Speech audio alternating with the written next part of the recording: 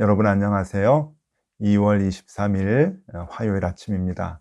하나님께서 오늘도 참 좋은 날 우리에게 선물로 주셨습니다. 말씀 보면서 기도하면서 또 하루를 힘차게 시작하도록 하겠습니다. 오늘 함께 볼 말씀은 출애굽기 8장 1절에서 15절까지 말씀입니다. 여호와께서 모세에게 이르시되 너는 바로에게 가서 그에게 이르기를 여호와의 말씀에 내 백성을 보내라. 그들이 나를 섬길 것이니라. 내가 만일 보내기를 거절하면 내가 개구리로 너의 온 땅을 치리라. 개구리가 나일 강에서 무수히 생기고 올라와서 내 궁과 내 침실과 내 침상위와 내 신하의 집과 내 백성과 내 화덕과 내 떡반죽 그릇에 들어갈 것이며 개구리가 너와 내 백성과 내 모든 신하에게 기어오르리라 하셨다 하라. 여호와께서 모세에게 이르시되 아론에게 명령하기를 내 지팡이를 잡고 내 팔을 강들과 운하들과 못 위에 펴서 개구리들이 애굽 땅에 올라오게 하라 할지니라. 아론이 애굽 물들 위에 그의 손을 내밀매 개구리가 올라와서 애굽 땅에 덮이니 요술사들도 자기 요술대로 그와 같이 행하여 개구리가 애굽 땅에 올라오게 하였더라. 바로가 모세와 아론을 불러 이르되 여호와께 구하여 나와 내 백성에게서 개구리를 떠나게 하라. 내가 이 백성을 보내리니 그들이 여호와께 제사를 드릴 것이니라. 모세가 바로에게 이르되 내가 왕과 왕의 신하와 왕의 백성을 위하여 이 개구리를 왕과 왕궁에서 끊어 나일강에만 있도록 언제 간구하는 것이 좋을는지 내게 분부하소서. 그가 이르되 내일이라. 모세가 이르되 왕의 말씀대로 하여 왕에게 우리 하나님 여호와와 같은 이가 없는 줄을 알게 하리니 개구리가 왕과 왕궁과 왕의 신하와 왕의 백성을 떠나서 나일강에만 있으리이다 하고 모세와 아론이 바로를 떠나 나아가서 바로에게 내리신 개구리에 대하여 모세가 여호와께 간구하매 여호와께서 모세의 말대로 하시니 개구리가 집과 마당과 밭에서부터 나와서 죽은지라. 사람들이 모아 무더기로 쌓으니 땅에서 악취가 나더라. 그러나 바로가 숨을 쉴 수 있게 됨을 보았을 때에 그의 마음을 완강하게 하여 그들의 말을 듣지 아니하였으니 여호와께서 말씀하신 것과 같더라. 아멘. 네, 여러분 눈치채셨겠지만 어제부터 매일 주심 기도회를 새벽 5시에 올리게 되었습니다. 저는 이렇게 힘든 일은 하나도 없고요. 이게 전날 밤 늦게 이제 촬영을 하기 때문에 5시에 이제 올려놓게 됩니다. 요즘 일찍 일어나신 분들 계시고 또 우수도 지나서 이제 해도 많이 이제 일찍 뜹니다. 그래서 일찍 출근하는 시간 분들도 많이 계시는데 그래서 아침 5시에 하면은 도움이 되시는 분들이 꽤 계시리라 여겨집니다. 많이 이용해 주시면 감사하겠습니다. 어제는 이제 첫 재앙, 그러니까 강물이 피가 되는 그 재앙을 우리가 보면서 나일강의 신, 하피신과 오시리스 신이 여호와 하나님 앞에서 매우 초라해지는 이제 그러한 그 대결의 모습을 우리가 보게 되었습니다.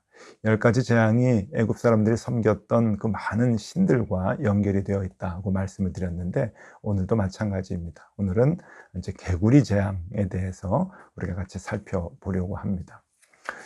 이것도 이제 나일강하고 좀 연결이 되는데요. 여러분, 이 나일강이 사실 세계에서 제일 긴 강이라고 하죠. 아마존강하고 나일강하고 어디가 더 긴지 잘 모른다 그런 분들도 계시는데 이렇게 보면은 되게 이제 나일강이 1등, 아마존강이 2등 그렇게 이제 얘기를 합니다. 나일강 지도를 한번 좀 이렇게 보여드릴게요. 나일강을 좀 이렇게 자세히 보시면은 지류가 크게 2개입니다. 저쪽 이제 오른쪽, 이제 동쪽으로 보면은 에디오피아에서 흘러나오는 지류가 있고요. 이것을 그 청나일이라고 얘기합니다. 청나일이라고 얘기하고요. 그 다음에 저쪽 남쪽, 르완다, 우간다, 여기서부터 이제 빅토리아호가 형성이 돼서 거기서부터 나오는 그 지류가 있는데 이것을 백나일이라고 합니다. 화이트 나일이라고 하죠. 그래서 이 화이트 나일과 이 청나일, 블루 나일하고 이게 이제 합쳐져 가지고 이제 나일강으로 이제 강이 이집트로 이제 들어가게 되는데요.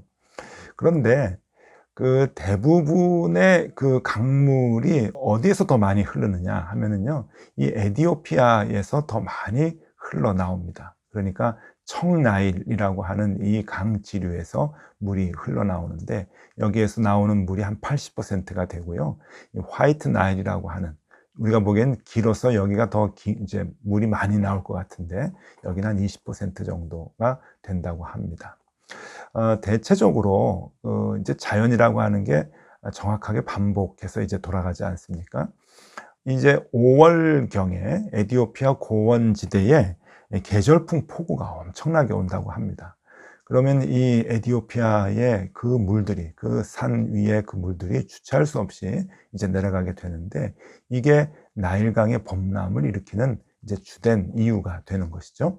그래서 5월에 이제 그 에티오피아 이 산악지대에 계절성 폭우가 내리면은, 이것이 수단이라고 하는 나라를 이제 거쳐 가지고 이집트까지 가는데 몇 개월이 걸립니다. 그래서 이집트는 한 9월 정도에 이 물이 도착해서 이집트의 그 하류의 그 삼각주 지역에 이 물이 범람을 하게 되는 것이죠.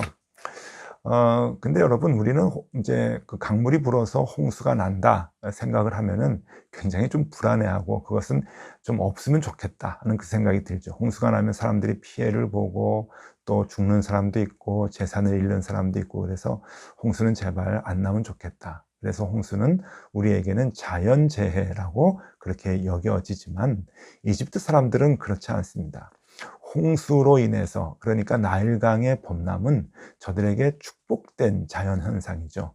이것이 매해 정기적으로 일어나게 됩니다. 그러니까 9월과 10월에 한 차례 범람을 하게 되면은, 그 에티오피아 고산지에서 내려오는 그러한 그 영양이 많은 흙들, 토사들이 이제 그 삼각주에 쌓이게 되어서, 이제 그 위에 이제 농사를 짓게 되면은 엄청나게 열매가 좋고 또 이렇게 소출이 많게 되는 그런 그 비옥한 땅을 형성하게 된다고 하는 겁니다.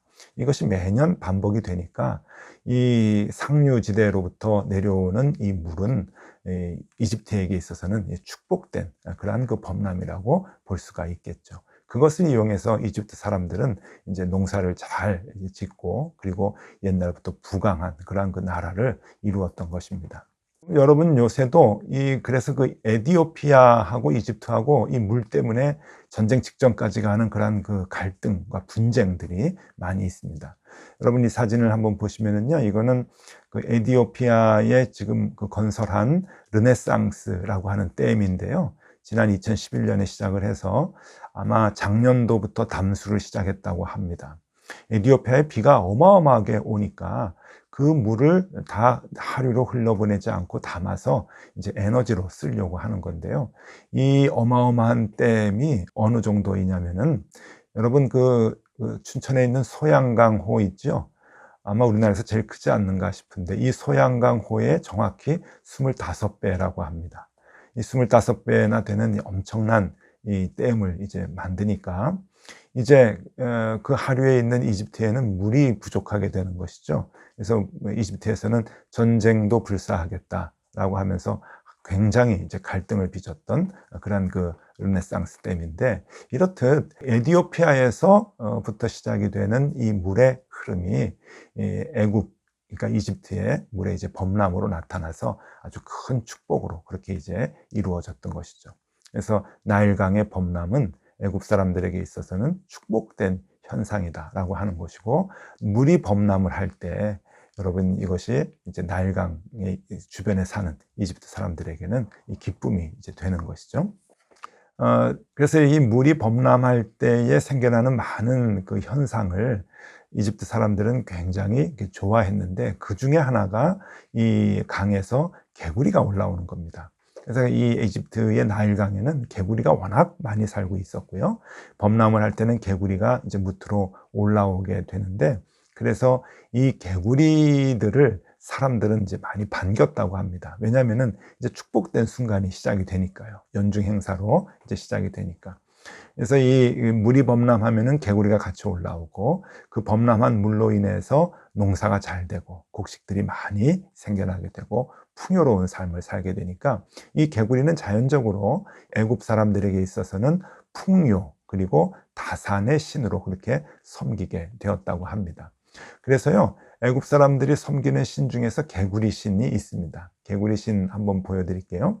이 개구리 신을 헬케트라고 합니다. 헬케트, 여신인데 이 다산과 풍요의 신인데요. 다산과 풍요의 신, 그러니까 모든 걸 풍족하게 해준다라고 하는 그러한 그 추상적인 의미보다는 이 헬케트 신은 아주 그 전문적인 그 일을 이제 하게 되는데, 그것이 뭔가 하면은 산파 역할을 하는 겁니다. 다음 사진을 한번 보여드릴게요. 이게 이집트 벽화를 기초로 해서 그린 이제 그림인데, 이 헤케트 여신이 임신한 이 여인들을 이제 산파 역할을 해서 아이를 받아주고 아이를 건강하게 낳게 해주는 그러한 그 신이라고 하는 겁니다. 그래서 이 산모들, 만삭이 된 산모들은 개구리의 형상들을 이렇게, 지금 그림에 보면은 손에 하나씩 들고 있죠. 개구리의 형상들을 이제 갖고 있고 그림을 갖고 있고, 언제나 이 개구리 신인 헤케트에게 건강하게 아이를 낳을 것을 그렇게 빌었다고 합니다. 그래서 물이 범람하는 9월과 10월에 맞춰서 아이를 많이 낳았다고 해요. 예전부터. 그러니까 얼마나 이 헤케트라고 하는 이 신을 잘 숭배했는지 모르는 일이죠. 자, 이렇게 이제 그 이집트 사람들은 이 헤케트라고 하는 개구리 신을 이제 섬기게 되고, 이 개구리 신을 통해서 아이를 낳을 때 건강하게 아이를 낳을 수 있도록 그렇게 간구하고 기도하는 그렇게 섬김의 대상으로 여겼다고 하는 겁니다. 그런데 여러분, 지금 보세요. 그 애굽의 요술사들도 개구리가 올라오도록 했다라고 이제 이렇게 나오는데, 여기 7절 말씀에 보면은 요술사들도 자기 요술대로 그와 같이 행하여 개구리가 애굽 땅에 올라오게 하였더라. 개구리가 원래 나일강에 많이 살았거든요. 그래서 올라오게 하는 것은 요술사들도 할 수 있었겠죠. 근데 지금 이 두 번째 개구리 재앙은 그 규모가 비교할 수 없을 정도로 어마어마한 겁니다. 그러니까 바로가 꼼짝 못할 정도로 어마어마하니까 애굽의 요술사들이 하는 그 요술과는 비교가 안 되는 것이죠. 또 요술사들은 그 개구리를 없앨 수 없었습니다. 그래서 바로 왕이 모세와 아론을 부르게 되는 것이죠. 그럴 때 이 모세가 바로 왕에게 이렇게 얘기합니다. 언제 없애드릴까요? 여호와 하나님은 언제든지 그 시간을 맞춰서 없애주실 수 있는 분입니다 라고 하는 것을 알려주는 겁니다. 그것이 9절에 나옵니다. 모세가 바로에게 이르되 내가 왕과 왕의 신하와 왕의 백성을 위하여 이 개구리를 왕과 왕궁에서 끊어 나일강에만 있도록 언제 간구하는 것이 좋을는지 내게 분부하소서.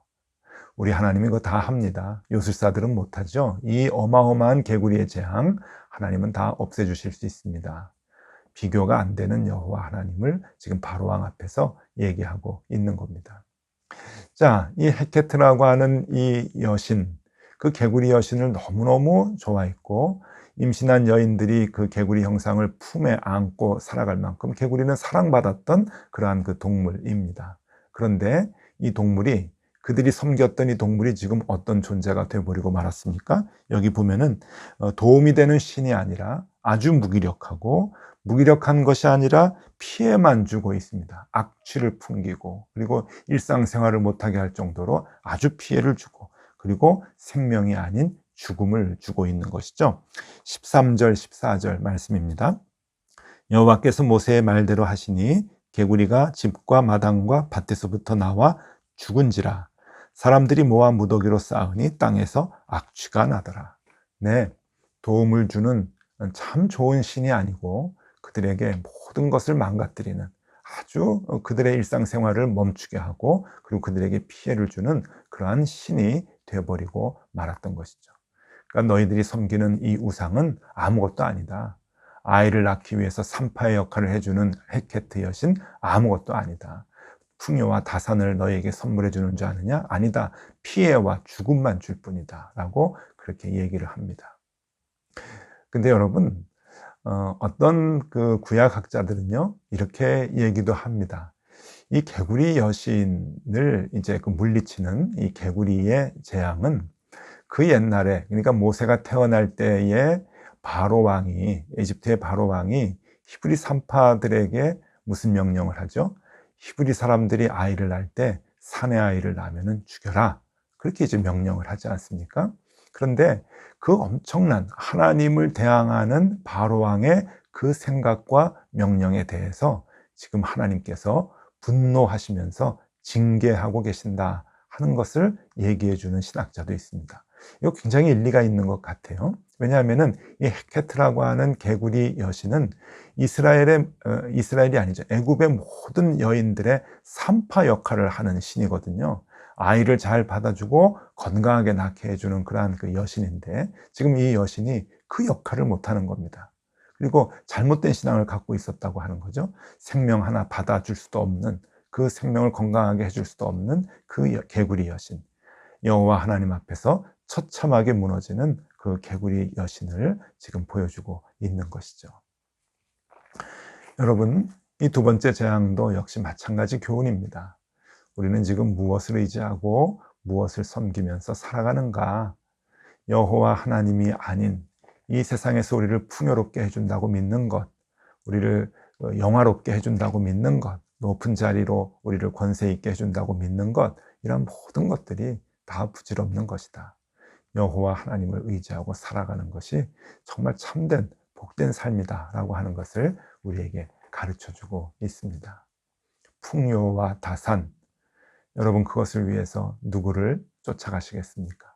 무엇을 섬기며 무엇을 잡으려고 달려가시겠습니까? 오늘도 우리 하나님 한 분 의지하고 하나님 붙들고 사는 그런 마음을 우리가 또 다짐하면 좋을 것 같습니다.